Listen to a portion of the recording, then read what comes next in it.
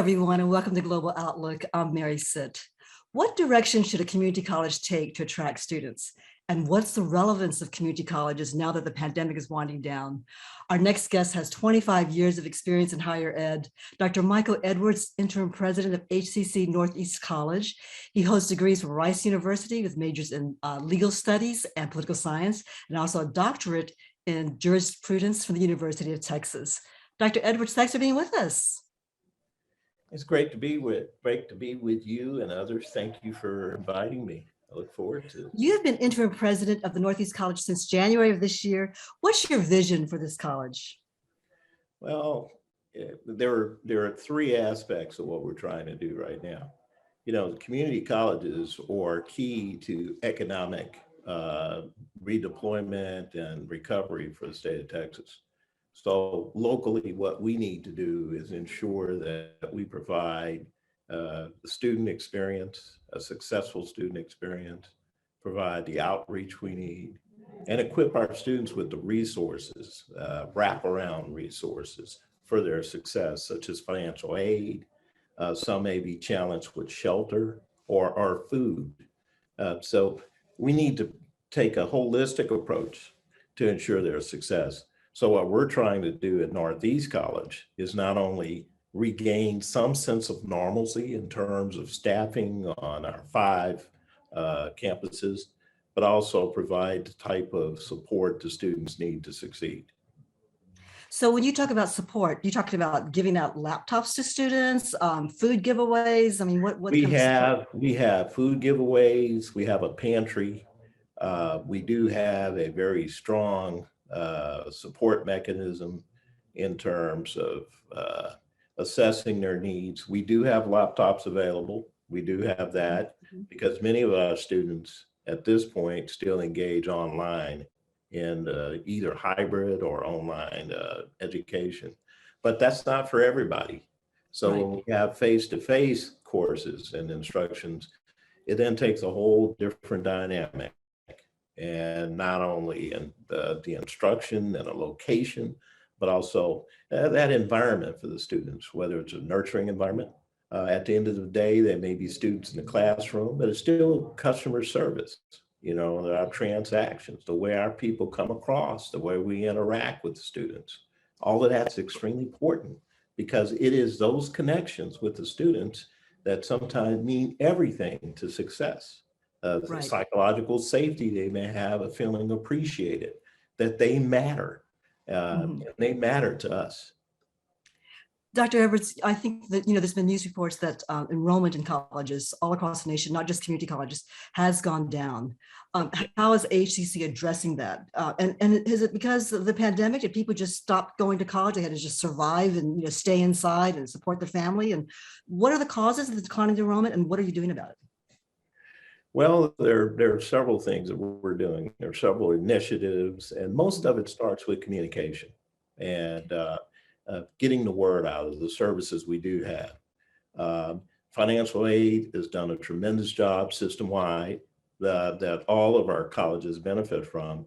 And what that means is that the federal government has made certain amount of funds available to the institutions. We are a minority serving institution. We're also an institution that has several grants. So the first piece of that prong is financial aid. And then communicating that financial aid, that's the second piece. The third piece is communications in general, our brand. What's available to our students, what programs do we offer? So our communication, marketing, and advertising, those campaigns are running consistently at this point. Occasionally, you may see us on television, but we also have digital media, the social media. We're on Facebook. We're Snapchat. We've got in Twitter. We try to get that out fairly quickly. So ongoing marketing, advising, getting out in the community. At Northeast College, every other month, I host a meeting with community leaders. I think it's important to stay in touch with them to make sure they get uh, get it in terms of knowledge of some of the initiatives we're trying in the Northeast sector, and also listen to them, Right. their needs, and whether it's maintenance of our buildings or whether it's some programming that should work for that localized community. So those are the initiatives. Sounds like common sense. Mhm. It doesn't sound like rocket science, because it's not. Well, We have there's so many companies that are looking to hire people and they can't find people. So have you partnered with other companies like, look, we can train students to help you meet your employee needs? absolutely. I'm glad you asked about workforce, because one of the key strategic items in the Northeast are our three centers of excellence. We have the Uh-huh. Transportation Center of Excellence that includes truck driving and automotive repair. We have Public Safety Institute that includes first responder training, Mhm. fire technology and suppression. We have a law enforcement academy. We teach criminal justice. And we also have global energy, which is also industrial technology, which is highline worker training. That's coming online Right. soon. Classes may start as early as late fall. And we also have process technology and petrochemical technology programs. So we have three of the strongest, I think, COEs in the district.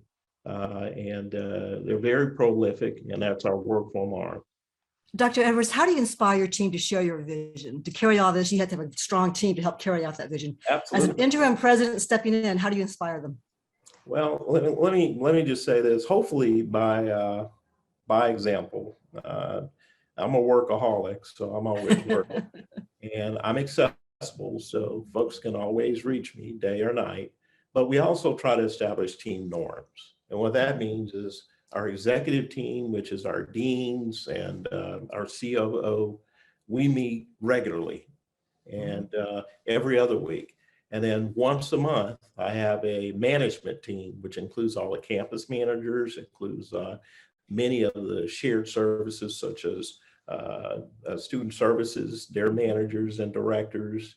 And so we try to present these types of meetings so that people can feel more informed, feel more of the team, they're willing to share, psychological safety, that will appreciate everybody's voice. Dr.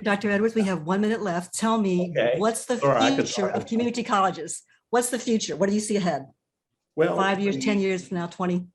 when we look locally, I believe the governor would have to recognize, and has, that again, community colleges are the economic engine in response to demand drivers. So the future is very bright. I mean, there's who else to fill the gap of providing workforce development, jobs, but not just getting a job, but Do you career. think community colleges should be free to everybody? There's a state, I can't remember which one recently, that just started Tennessee. this. Yeah, Tennessee, okay, where it's yeah. free to everybody. Do you think that's a good idea or not? I think it's a marvelous idea. Who It pays raises for it? everybody Taxpayers to then, the right? most normal. Yeah, marvelous idea if we can do it and do Right. it equitably. But I think it's a fabulous idea. Yes, What's the best thing you like about your job? helping people, saving lives, and improving the quality of life for others, and watch them get that aha transformational moment when they say, "I That's got this," great. and realize they've got the confidence to go forward. Dr. Edwards, thank you so much for being with us. Appreciate it. Thank you for the opportunity. Coming up next, we'll meet a student from Syria who's overcome some really tough times. Stay with us.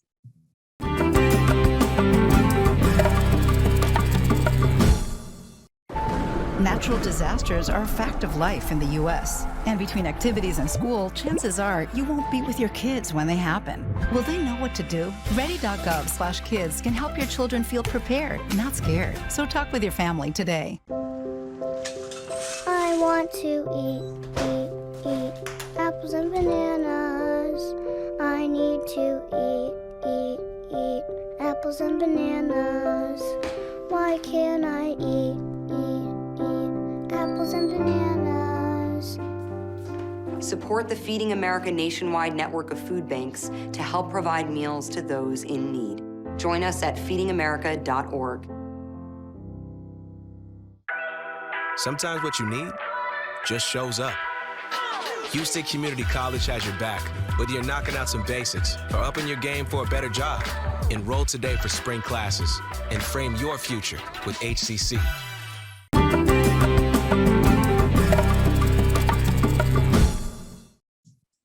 Our next guest is a student from Syria whose dream is to become a journalist. Dina Kawerdy is here at HCC, and she's had to overcome many challenges to study here, but she is persistent and she never gives up.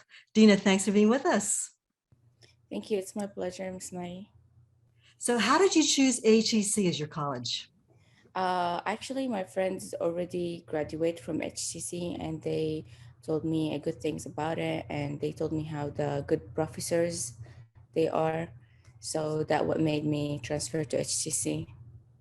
And you you moved from California to Houston, is that right? Yes. Yes. Okay, were you with your college? From another college over there, community college. So what were some of the difficulties you encountered when you first got here?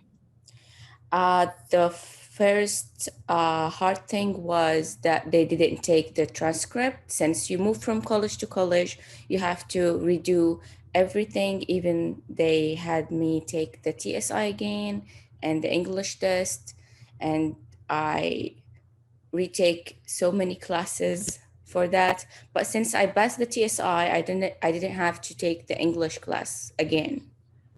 Okay. And you're studying to be a journalist. What courses are you studying here right now at HCC? Now I have the psychology, I have media, and history. Okay. 3 classes. Yeah. You mentioned earlier that when we were chatting by email that you had no financial help. You were all by yourself and you had to put yourself through school all by yourself. Tell me about that challenge and how you did it, and if you had to have a lot of part-time jobs or what. That's true. At the first, it was very hard, and I can't get financial aid because I am an asylum case. Since I'm Syrian, you can't get the financial aid unless you have the green card, and I'm not having the green card yet. And by asylum case, tell me what you mean by that. It's when you can't live in your country, so you move to another country to have a good life, and you came over here because of the war in Syria, right? Exactly. So, right. Yeah. And so when you were here, you were not eligible for financial aid, so you just had to work. Did you work first and then save your money up to go to college, or how did you manage that? I worked for 2 years first. I have put my goal, and I worked full time, and then I signed to college, and now my planner is to get like 3 classes each semester, so that way I can handle the payments and the bills and all that. So do you have family here too, or are you basically by yourself? Yes, I do have family here. Okay, so what motivates you to keep trying and to not give up? When you found out, oh, these courses aren't going to transfer, oh, I've got to get more money for tuition. How do you keep going and pick yourself up and just not give up?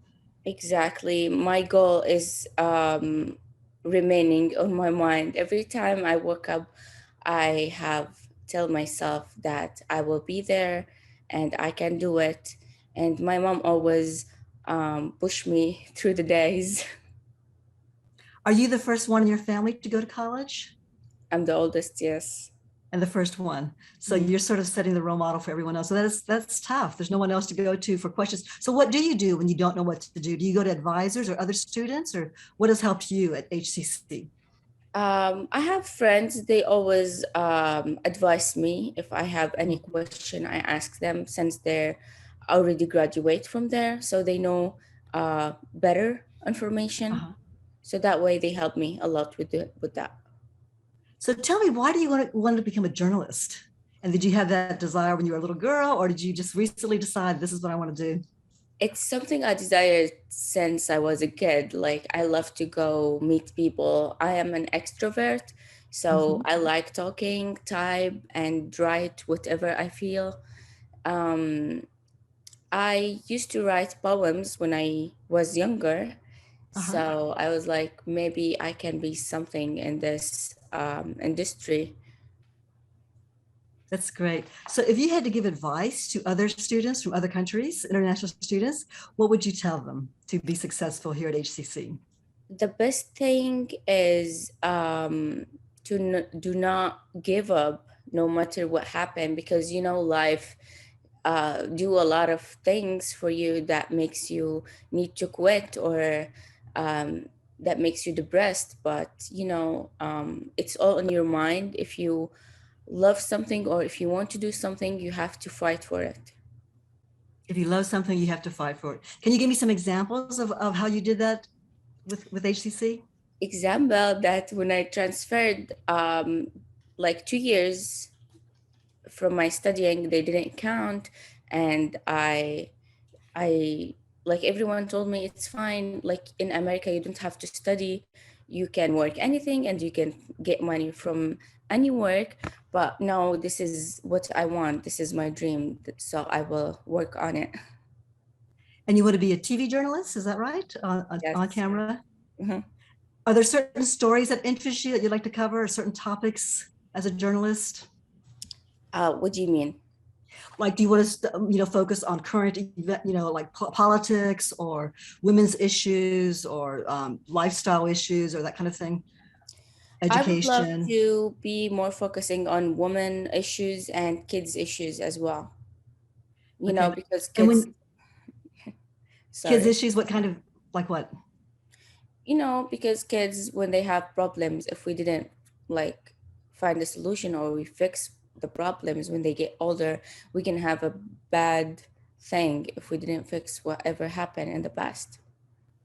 And when you're through with community college, what's your academic career goal after that? To go to another TV 4 years? TV presenter. Directly from HCC Community College. Very good. Maybe you can get a TV show at HCC and practice. Yes. Okay, Dina, thank you so much for being with us and good luck on your studies. Thank you so much, Mary. Have a good one. Thank you. Coming up next, we'll meet a community leader who will tell you how to give away your money to a passion you love. Stay with us.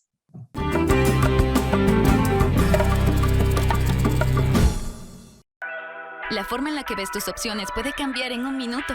Houston Community College te ayuda a encontrar tu camino con más de 200 programas que te abren oportunidades a puestos de trabajo. Inscríbete hoy para las clases de primavera y enfoca tu futuro con HCC. Hey, Bobo, do trees tell each other stories? I'm sorry. I'm afraid I don't know that. Hey, why don't we go find out? Listen. Do clouds take naps? I couldn't tell you. Dad, do stars visit their friends? Look!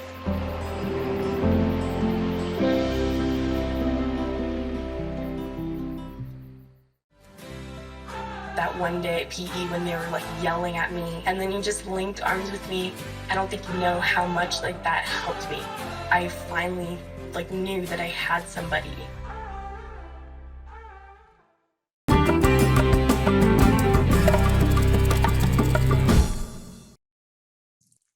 Our next guest is a philanthropist and community leader. In 2009, she started the Mandy Cal Foundation, which empowers and supports women, including those who are refugees, those who are victims of domestic violence, and those who are homeless. She also sits on the governing board of the Greater Houston Community Foundation. Mandy, thank you so much for being with us. Hi, Mary. How are you? Thank you for having me. That's great. Well, first of all, I want to congratulate you on your latest honor. You were chosen as one of the 2022 Women of Distinction. Tell me what that is. Well, thank you very much for having me again. That was an unexpected honor. My friends who are also very philanthropic, they nominated me, and it was through the Crohn's and Colitis Foundation. And I was honored amongst other women who are just very, very good with fundraising and really cares about the community. So that was a surprise honor. Congratulations. That's wonderful. They you. only chose just a select few every year, and you were chosen as one, which means that you have done a lot of fundraising and charitable work in the past, because they look at your background to see if you're eligible, right? So let's talk about how you help others give away their money to support a passion they love. How did you teach your sons to do it? You started out teaching your own kids, right? 3 sons. Mm-hmm. So when they were young, I took them everywhere, wherever I volunteered, especially working with refugees. And so when my oldest was 13, my middle child was 11, and Ashton, my youngest, was 9, they started flipping homes. And with their profit, they started the Awesome Fund through the Greater Houston Community Foundation. And their first grant was to help Snead Elementary School in Spring Branch build their own playground. And it was just so fun. Mandy, how does a kid flip a house? I know you're in commercial real estate, so you sort of help. Tell me what you did. Yes. My husband, he bought his first investment home when he was 15. So he told the boys, I'm going to help you get started before the age of 15. So of course, my husband was the investor and he helped them, but the boys did put in the work. Every weekend they would work on their homes, and they actually interviewed the realtor, and they had to do small jobs. So with the profit, they started the Awesome Fund, and friends heard about it. They were excited and they said, how can we join? So my boys and I had a meeting, because at that point we already had the Asian American Giving Circle with a group of Asian women. And I said, well, why don't you guys start the Asian American Youth Giving Circle with your friends? So that's when it was born. In 2014, 3 of my boys plus 7 of their classmates and closest friends started the Asian American Youth Giving Circle. What's a giving circle, Mandy? They pool their money together. Everybody has to put in the same amount in a pot. Some of them fundraise through playing piano for their grandmothers, car washes. My boys donated through the Awesome Fund. And together they meet annually. They come up with the area focus, and then they choose the nonprofits they want to support. And they just finished their annual meeting, and I'm so proud to tell you that they have already donated $95,000 and over thousands, at least over 1,000 volunteer hours collectively, because we have over 10 members, and all of them volunteer over 100 hours. And they donated $95,000 in what time is that? Over how many years? Since 2014. That's incredible. And they're still kids. They're still kids. Your youngest son is still in high school. My youngest is still in high school. So he's the only founding member left, but it continues. And that's why I think there's going to be more giving circles, because this is going to be a trend that I see, because I know the Jewish community wants to start one. There are other people who also want to start giving circles. Okay, so give us some quick tips. How do you start a giving circle? Well, actually, you can go to the website, which is ghcf.org, and you can talk to somebody there. And basically, you will need to come up with a lump sum first, put the money there. So how we did it was at the beginning, we had founding members. Everybody had to put in, I believe, $1,000 per child. And then we came up with 10,000. That was many years ago. So they may have increased the initial amount. And then afterwards, then you decide, how are you going to keep it going? What is the membership model going to look like? How much is everyone responsible for? And, there's so many things that you can choose to support, right? So I know there's another giving circle with women from New York focusing on films, supporting Asian films. So in this case, the Asian American Youth Giving Circle, they wanted to support Asian youth. That's the main focus. But of course, sometimes they do support other projects. I remember the Awesome Fund when the kids were little. Were they supporting some sort of wildlife, dolphin, save the dolphin thing or something? Because they were kids then, is that right? something like Yes. that. So Yes. really, it's the key is getting together with like-minded friends Yes. who have this, who share the same passion. And it's like, what can we do? It could be anything from climate change to clean up your streets in Houston or whatever, right? That's right. That's right. You know, the I younger love the generation, idea. they love it. The younger generations love to learn, love to do fun things like this. And you're thinking about starting one for college students, how teaching college students how to start a college giving circle. Tell me about that. Well, I haven't started it yet, but I know there is less engagement when kids go to college, just like I think less engagement with church activities. So I would like to probably organize something virtual, something that is easy for them to participate, but still get them involved. Because once you keep them engaged, when they're out of college, when they start to make more money, that's when they start thinking, especially later on when they have families, they want to continue to give back and make the community better for their children. Mandy, why is it important to give back to the community? I mean, you don't have to be rich to give back. You can be whatever level you are, but it's still important, I think, from what I'm hearing from you, to give back either with time or money. Why is that so important? Well, it's important because we are all connected. So, you know, when we give back to the community, we elevate everyone's life. So I always tell the kids, giving is receiving, and it's the best gift that you can give to yourself and to others. And it's fun. And you can make it fun through the giving circle. I love that. Giving is receiving, just like it's more blessed to give than to receive, right? That's what the New Testament says. So tell me about something else called the Donor Advised Fund, right? That's part of the foundation. How do you start one of those, and why should we start? Well, donor advised funds will be for individuals or businesses, unlike a giving circle. And you can, everything is tax deductible that you donate to the foundation. So it could be cash, it could be stocks, it could even be real estate. And you'll get a tax receipt, and the money is parked there. The good thing about the Greater Houston Community Foundation is they provide you the information, the resources and support plus programming you need to help you figure out what is the best way for me to reinvest this in my community. So they partner up with you to help you give strategically. So it could be your fund can go specifically to scholarship, or like in my case, scholarship and girl empowerment. So they will actually email me, you know, and also for refugees, they will email me and let me know this one might be good for you to look into. We can give you resources and information. So it's a one-stop shop. It's so it's sort of like having is it sort of like having your own little foundation? Yes. Within a big umbrella of a big Yes. foundation. They provide the infrastructure, and then when you get to choose to give whoever to whatever cause you're most passionate about. Is that what it's like? Instead of doing the work from scratch, you just sort of piggyback on what they have. Yes, very little paperwork, and they do all the vetting for you. So if you wanted to donate to your friend's foundation, they will need to approve it to make sure it is really a 501c3, for example, and you will just make the donation request online. Once they approve it, they will send the check. So it's just very easy, and it's just some smart way to give. That's great. And the website we can go to, the Greater Houston Community Foundation, right? It is ghcf.org. Mandy Cal, thank you so much for being with us. Appreciate it. Thank you. Great work.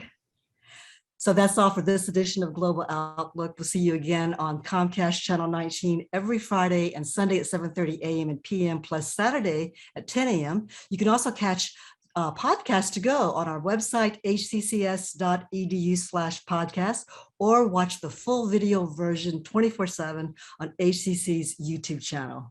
I'm Mary Sitt. Thanks for watching.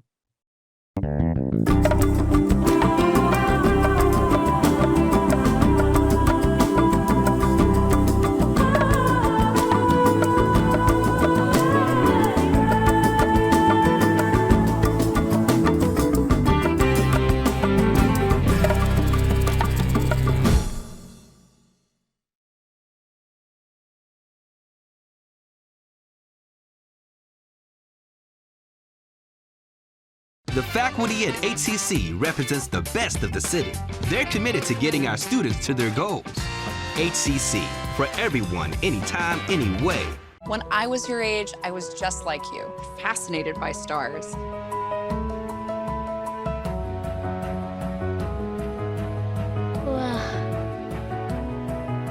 But now I get to search for life in the universe. And who knows, maybe life is looking for us too. So we're like aliens to them? Yeah. Does anyone want to be a scientist now? I do. Awesome. We need more girls in STEM. Maybe we can find aliens.